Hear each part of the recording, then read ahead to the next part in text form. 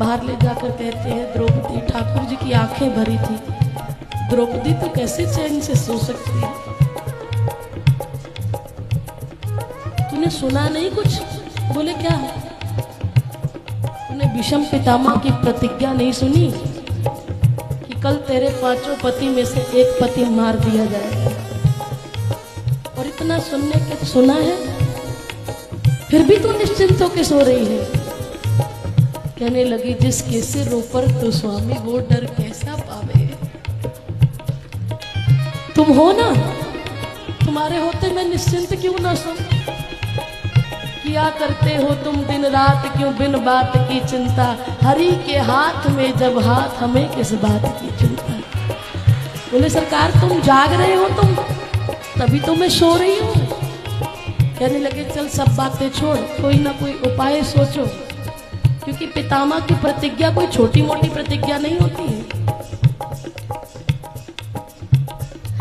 थोड़ी देर बाद खुद ही सोच के योजना बता रहे कि मैंने एक बात सुनी थी, एक काम कर द्रौपदी, फटाफट जा और बड़ी सुंदर सी साड़ी पहन के आ और 16 श्रृंगार करके आ जा।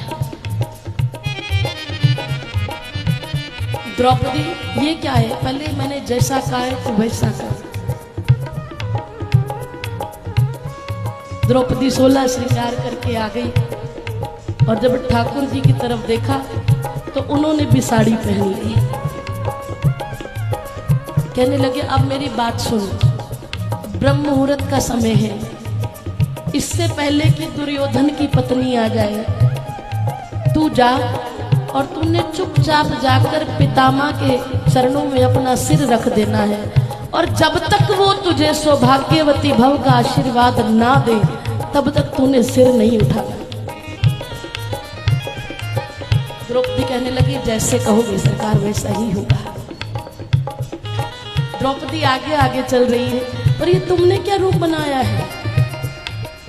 बोले तू अपना काम कर। लेकिन जैसे ही द्रौपदी चली तो उन्होंने पाँव में जो जूती पहनी थी ना उसमें घुंघरू लगे थे।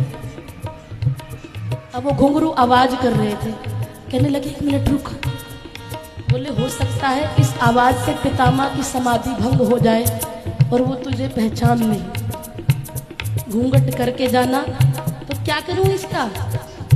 ठाकुर जी ने स्वयं अपने हाथों से द्रौपदी के पैरों से जूती उठाई और अपने बगल में, अरे कृष्ण ये क्या कर रहे हो? बोले इस समय ये मत, बोले अपराध लगेगा।